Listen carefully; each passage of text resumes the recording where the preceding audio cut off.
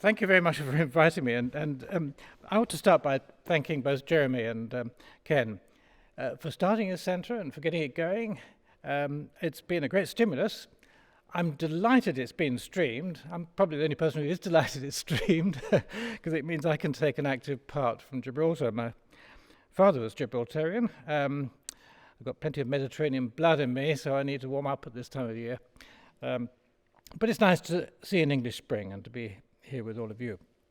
Well, I'm going to be talking about Tutu and Temple, and going to be looking at them as figures speaking truth to power. Christianity and Social Order was published in the year that William Temple became Archbishop of Canterbury, having been Archbishop of York for the previous 13 years, and just 2 years before his death in 1944, aged just 63.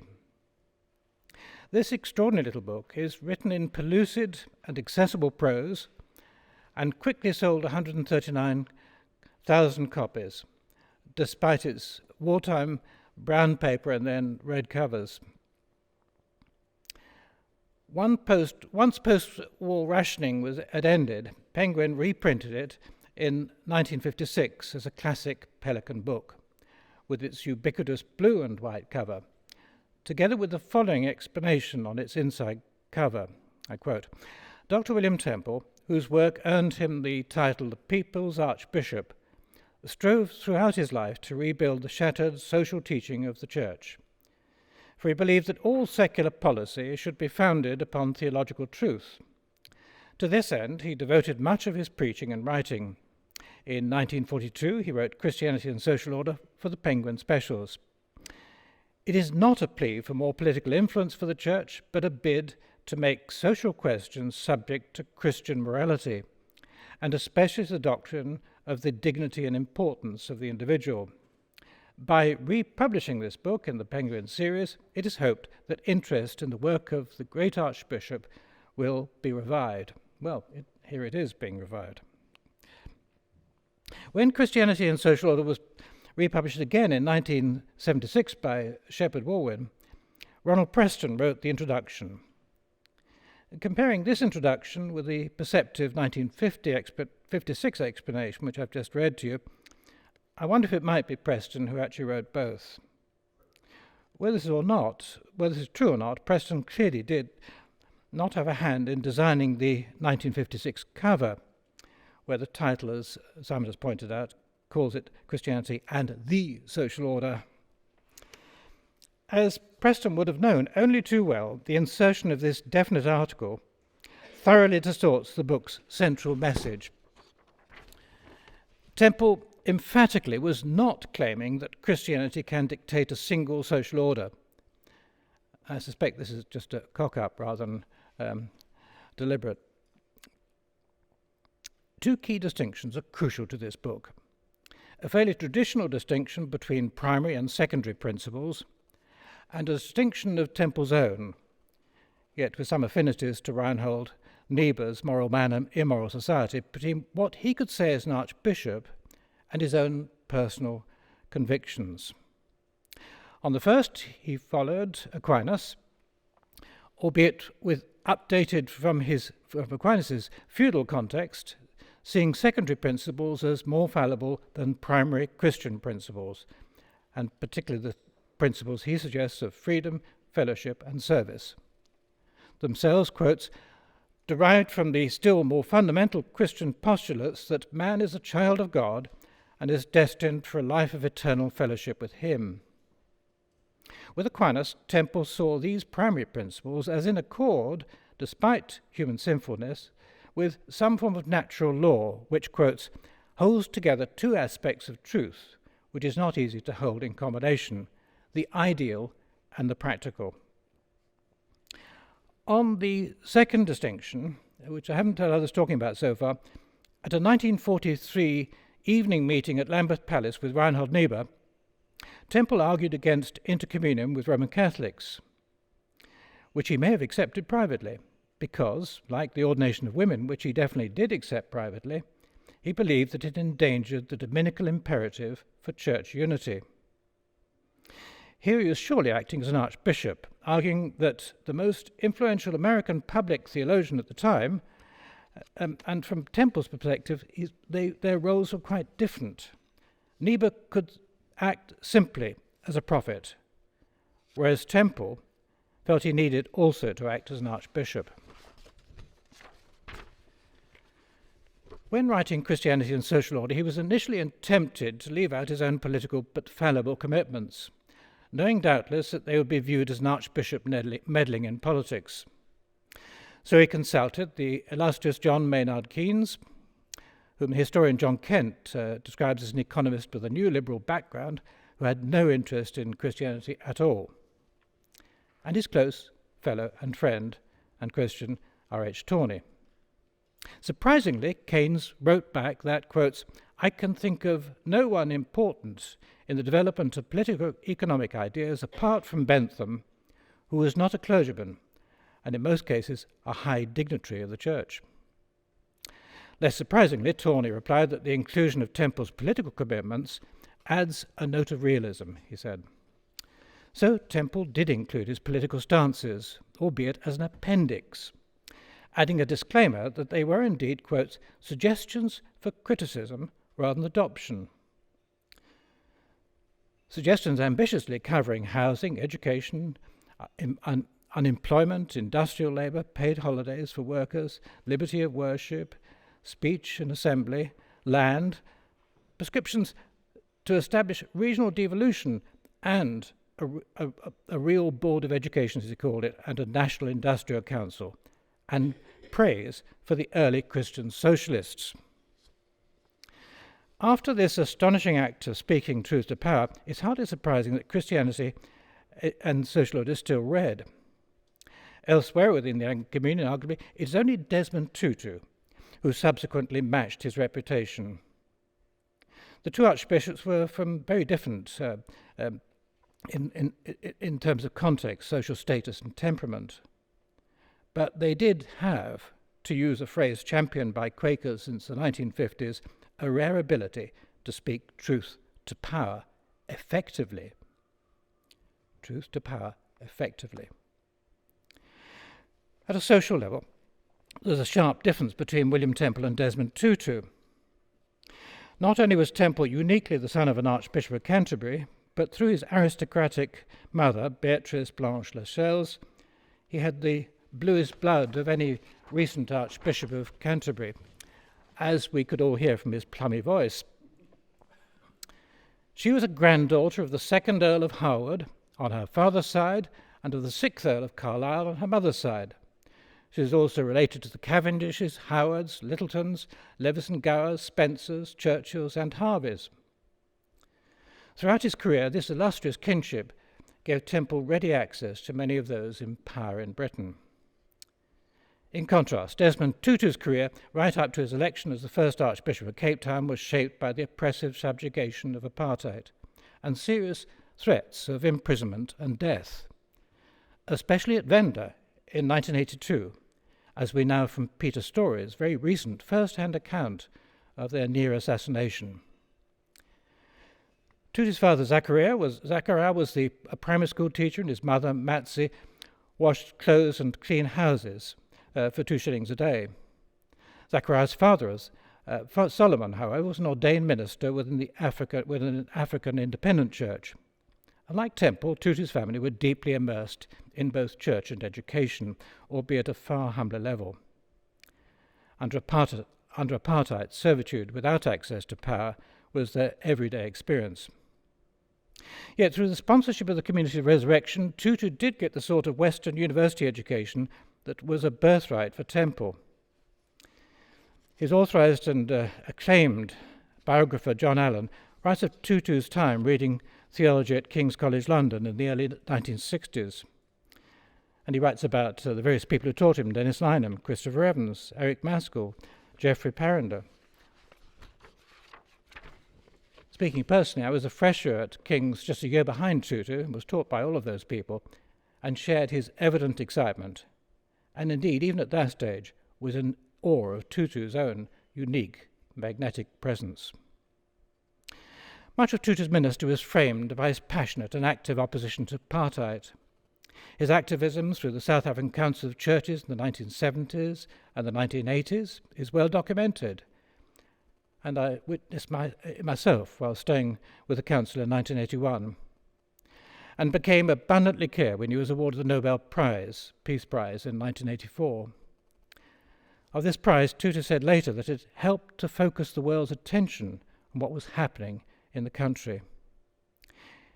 It also stimulated his well-publicised and fiercely criticised support for international sanctions against apartheid South Africa. Nothing changes, does it? His spiritual biographer, the African-American theologian Michael Battle, assesses the significance of the 3 awards of this prize to opponents of apartheid as follows. In a historical sense, Battle writes, South Africa's 3 prizes represent the three peace prizes represent the struggle against apartheid. The Tutu won it in 1961 as his organisation exhausted peaceful resistance and took up arms. Mandela won it for ending the armed struggle he had begun, and Tutu won for his campaign in the intervening years for international pressure as an alternative to violence.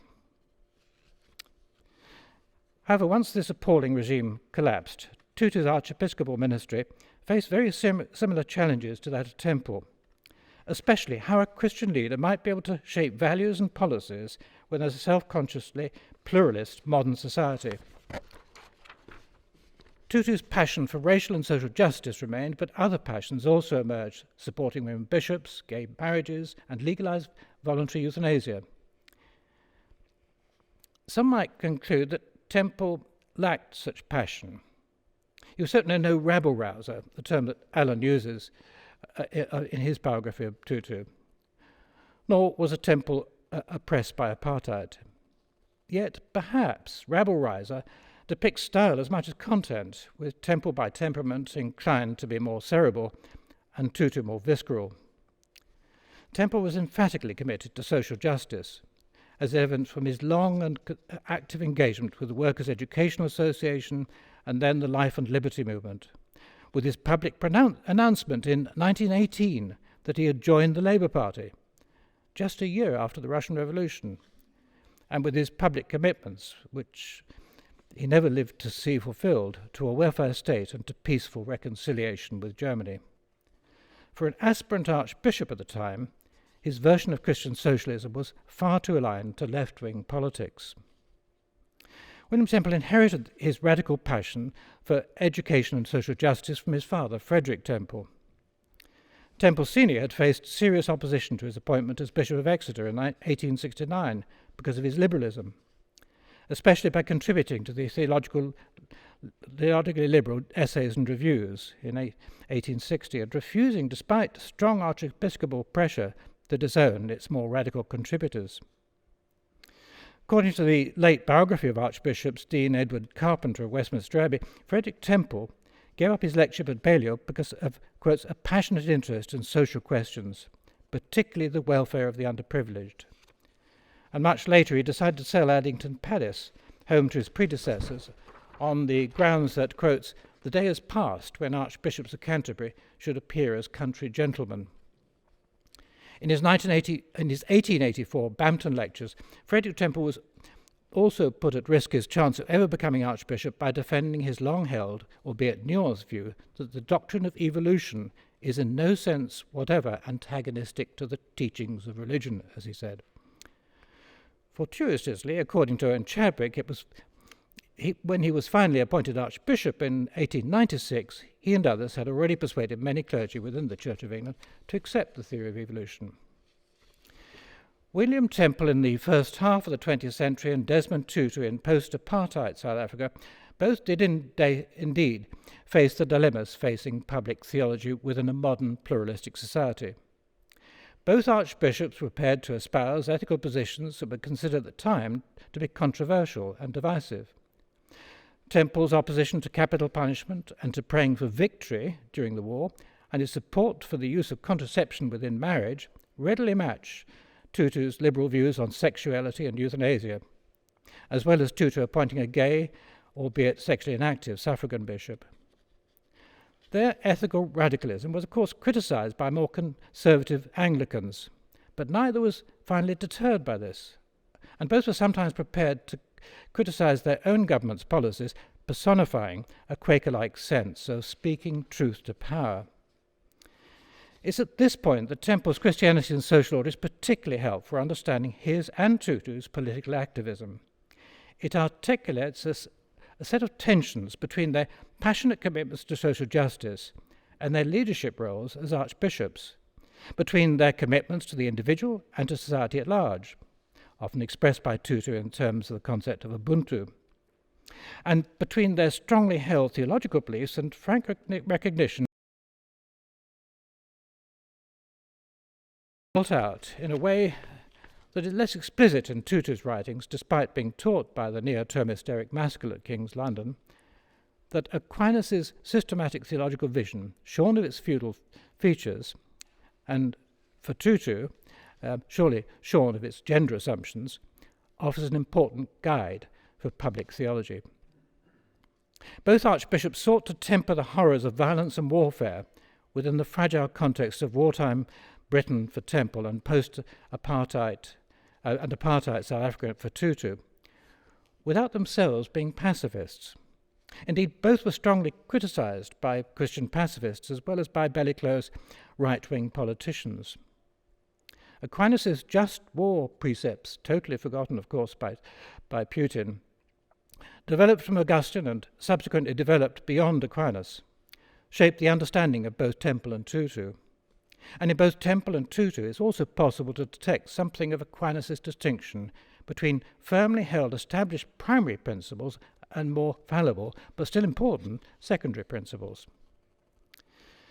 While Temple did not survive long enough to be able to promote reconciliation after World War II, he might well have been impressed by Tutu's ironic and sacrificial chairing of South Africa's Truth and Reconciliation Committee between 1995 and 2002, and both surely would have utterly condemned the present invasion of Ukraine. Once again, Tutu had to face criticism both from Christians who thought that the Commission was a fudge and former apartheid supporters who denounced it as unpatriotic. Internationally, however, Tutu's role as a mediator of peace and reconciliation inspired similar commissions in many areas of deep conflict around the world, and was admired for speaking truth to those who had once been in power and had deeply abused that power under apartheid. The Commission reflected Tutu's long-held conviction that Christian leaders have a crucial political role to play for peace and justice, even within modern societies.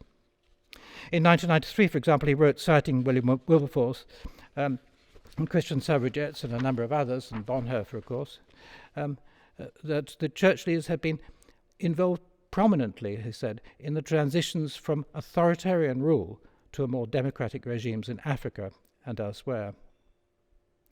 Key to Aquinas' vision is the concept of grace crowning nature, both and, rather than either or, the temple path, for father and son, for post-apartheid Tutu as well.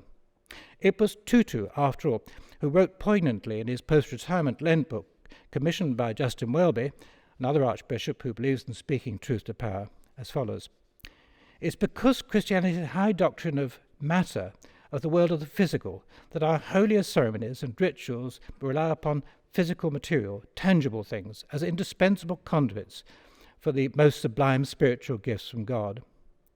Referring to this, Archbishop Temple would say, Christianity is the most materialistic of the great religions. Christianity uses water, oil, bread, and wine as the means of conveying God's spiritual gifts. Our all-holy God did not disdain to unite pure spirit, divinity itself, with the most mundane physical material things, wrote Tutu. Even if both Temple and Tutu were overlooked just how materialistic Judaism and Islam also are, they shared a passion with and striving to shape contemporary public policy is obvious. In their heyday, they were both public theologians par excellence. They really did speak truth to power, and sometimes power actually listened to them and acted differently, a rare experience for public theologians within pluralistic modern societies. Within public theology, Christianity and Social Law remains a key text, but its weaknesses are often identified as elitism, especially given Temple's family connections, idealism, and amateurism. He was not a trained economist or political theorist. In addition, all those who attempt to hold together competing principles are likely to be criticised by those who simply trump one principle with another. The mischievous Anglo-Catholic editor of Theology, Alec Vidler, sometimes at odds with Temple when younger, dubbed him in 1976 in a Theology article as, quote, a theologian for Christmas rather than Passiontide. In 1992, the theologian and historian John Kent, a Methodist, was more supportive of Temple, but still concluded that, quotes, there is a wide gap between Temple's belief in the value of the state church and the developments in modern Britain or religious pluralism. And in a perceptive recent comparison of Temple with J.H. Oldham and Ronald Preston, the Canadian theologian William Danaher argues that it is Oldham's concept of middle axioms based upon shared ecclesiological values and much used within ecumenical discussions in the 1960s that offers the most pragmatic strategy for mediating between Christian ideals and particular policies.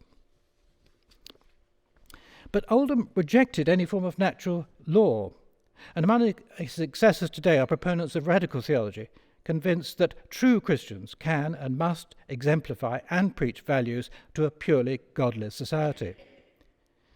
In contrast, Temple's acceptance of a modified form of natural law is more akin to liberal Catholic theologians such as Lisa Sol Cahill. They and I believe that forms of freedom, fellowship and service can readily be found outside Christian communities and not always within them. A positive tension between natural law, biblical revelation and Enlightenment reasoning came naturally to the quintessentially Anglican temple. The results for Anglicans are not tidy, but for me at least, Christianity and Social Order still provides a remarkable roadmap, despite the many changes that have taken place since 1942. Working in public medical ethics for 3 decades, as Jeremy hinted, has allowed me, following my mentors Gordon Dunstan and John Habgood, to focus upon the religious principles of compassion, care, trust and humility, deployed alongside without denying the principles of autonomy, non-maleficence, beneficence and justice already accepted by many of my non-religious colleagues. Temple and Tutu remain my abiding mentors in public theology. They both spoke truth to power, courageously and effectively.